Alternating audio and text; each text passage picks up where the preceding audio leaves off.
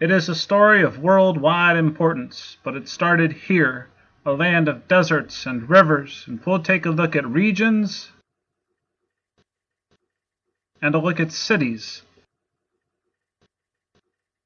and a look at people like Terah and Abram and Sarai, who moved from a city called Ur to Haran. And God tells Abram to keep going. Again, regions and cities. Abram goes as far as Shechem, and the Lord appeared unto Abram and said, Unto thy seed will I give this land. And there he built an altar unto the Lord. Abram sets up another altar at Bethel and keeps heading south. But a famine strikes, and he escapes into Egypt, where he lies and calls Sarai his sister. He returns with gifts all the way back to Bethel, where he separates from his nephew Lot, who heads south towards Sodom. Abram hears God speak again. He is again promised the land and many descendants. Go and walk through the land in every direction, for I am giving it to you. So Abram moved his camp to Hebron and settled near the oak grove belonging to Mamre. There he built another altar to the Lord. Back in the east, a coalition of kings set off on a raid east of the Jordan River, attacking Sodom, plundering it, kidnapping Lot. So Abram rallies his men to rescue his nephew and rout the foreign kings. As he returns, Abram meets and receives a blessing from Melchizedek, king of Salem. This is the future site of Jerusalem. Later, underneath a starry sky, Abram again hears promises from God, and he believed in the Lord, and he counted it to him for righteousness. A formal covenant is enacted. But despite this, Abram sleeps with Sarai's Egyptian servant, Hagar, in hopes of gaining an heir. Hagar conceives, but then flees Sarai's cruel treatment. An angel meets her and convinces her to return. God appears to Abram again and changes his name to Abraham. He is given circumcision as a sign of the covenant before Sarai's name is changed to Sarah. Abraham and Sarah then entertain 3 visitors who are on their way to Sodom, and the city is destroyed. Lot and his 2 daughters escape. They found 2 nations, the Ammonites and the Moabites. Abraham and Sarah again go south and again claim to be brother and sister. Sarah conceives and gives birth to Isaac. Eventually, Hagar and her son Ishmael are sent away, this time permanently. And then Abraham makes a pact with Abimelech and travels to Mount Moriah with Isaac, where God asks him to do the unthinkable. But Isaac's life is spared, and then the angel of the Lord called again to Abraham from heaven. This is what the Lord says, because you have obeyed me and not withheld even your son, your only son, I swear by my own name that I will certainly bless you, and I will multiply your descendants beyond number, like the stars of the sky and the sand on the seashore. Your descendants will conquer the cities of their enemies, and through your descendants all the nations of the earth will be blessed, all because you have obeyed me. So Abraham and Isaac return. Sarah dies and is buried in Hebron, and Abraham sends a servant to find a wife for his son Isaac. He meets Rebekah at a well. She agrees, returns with Abraham's servant, and marries Isaac. Then Abraham dies and is buried with his wife Sarah in Hebron. Further south, Rebekah gives birth to twins, Esau and Jacob. The older son sells his birthright. Isaac is on the move. Again, he claims his wife is his sister. There is a dispute over wells, and Isaac receives a message from God. But then he grows old, and his son Jacob steals a blessing and flees. Esau moves south. He even marries a cousin, a daughter of Ishmael. Jacob goes north. He stops for the night at Bethel and dreams of a ladder that reaches into heaven. And then he continues back to Haran, where he marries 2 sisters and grows in wealth and in children, and then leaves to return home, escaping his father-in-law. And as he prepares to meet his brother Esau again, Jacob wrestles with God, and his name is changed to Israel. And then he makes peace with his brother, and crosses over Jordan on his way to Shechem. But there his daughter is outraged, and her brothers take revenge. And Jacob, now Israel, returns to Bethel, and hears God's voice again. And on his way to Hebron, Rachel, his wife, dies. She is buried near Bethlehem. And one of Rachel's sons, Joseph, is a dreamer of dreams. And as he goes off to meet his brothers, one of them, Judah, suggests selling him into slavery in Egypt. Judah has other family problems too. We turn now to Joseph in Egypt, regions and cities.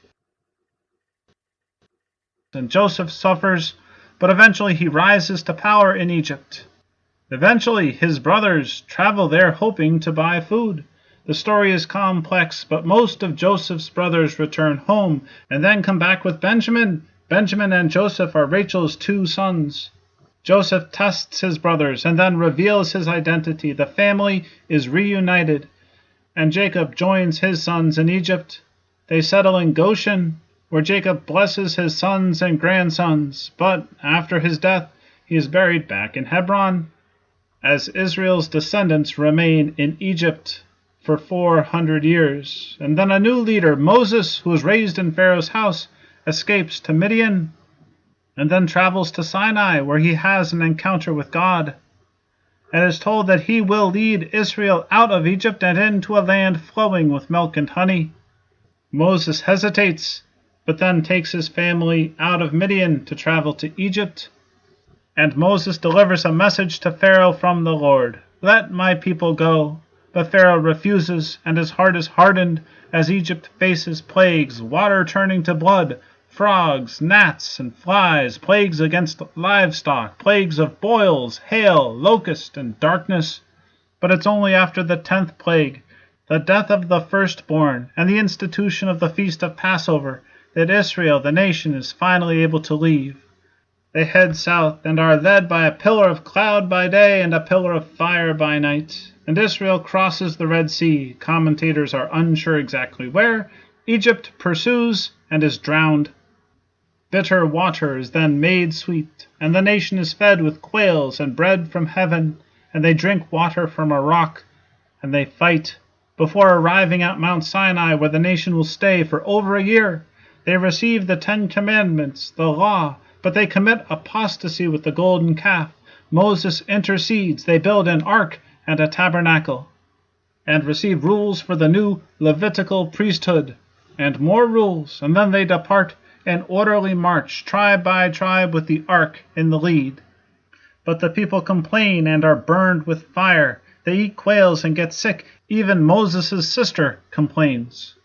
On the doorstep to the Promised Land, Moses sends in 12 spies, one from each tribe. They scout the land.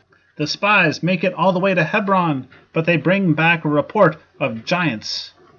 The nation panics and loses faith. The Lord is angry. Moses intercedes, but this nation is condemned to wander in the desert. Only when they are gone will their children enter the Promised Land. They try to storm the land without God and are defeated. 20 years of wandering pass. The nation receives more laws. Korah leads a rebellion and is swallowed into the earth. Aaron's rod buds, and he is given ceremonial laws to follow. Another 20 years pass. The nation is back at Kadesh. Moses strikes the rock twice and is told that he too will not be able to enter the Promised Land. Moses' brother Aaron, the chief priest, dies, and the nation Edom refuses to let Israel pass. Notice where we are. Notice where Edom is. These are the descendants of Esau. So Israel turns around to battle the Canaanites, and they take the long way, more rebellions, and a bronze snake. Finally, we're getting close to the Promised Land. But Israel must battle the Moabites. Remember Lot? Look at where we are. These are the Moabites, the descendant of Lot. The Ammonites are a little bit further north and a little bit further to the east. Between the two are the Amorites. Israel asks for permission to pass through the land, But when the Amorites refuse, Israel battles for the land east of Jordan. Here is Israel on the plains of Moab. Israel faces the crooked prophet Balaam, some familiar place names and some new ones.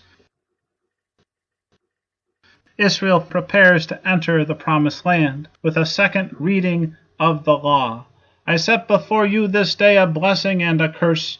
A blessing, if ye obey the commandments of the Lord your God, which I command you this day, and a curse, if you will not obey the commandments of the Lord your God, but turn aside out of the way which I command you this day to go after other gods which you have not known.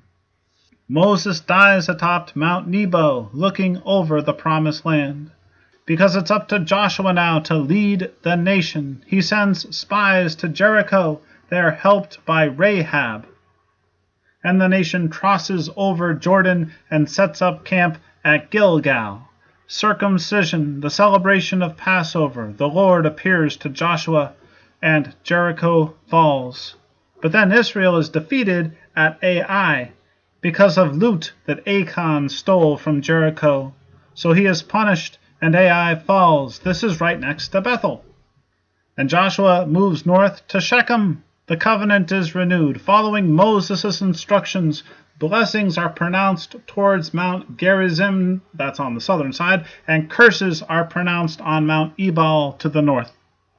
And Israel prepares for battle, but they are tricked into signing a peace treaty. The sun freezes in the sky as Israel battles with the Amorites.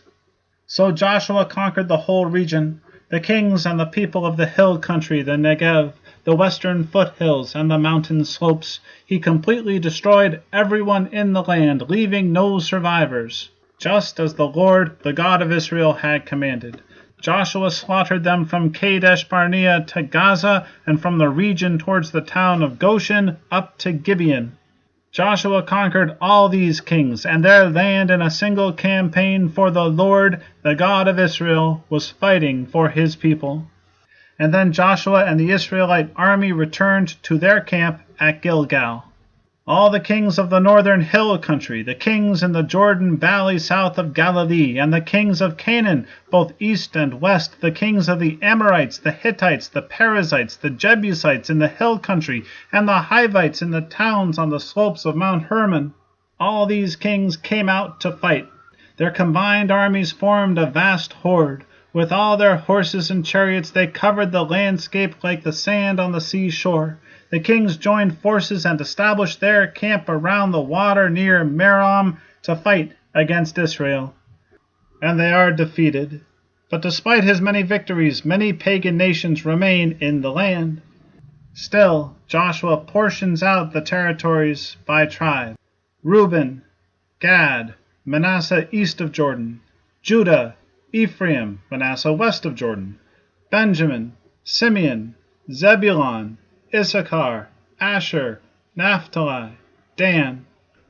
This is the land that Joshua distributed, but this is the land he conquered, which means there will be more conflicts with the Canaanites, the Edomites, the Moabites, the Amorites, the Ammonites, the Gergesenes, the Hittites, the Perizzites, the Hivites, the Jebusites.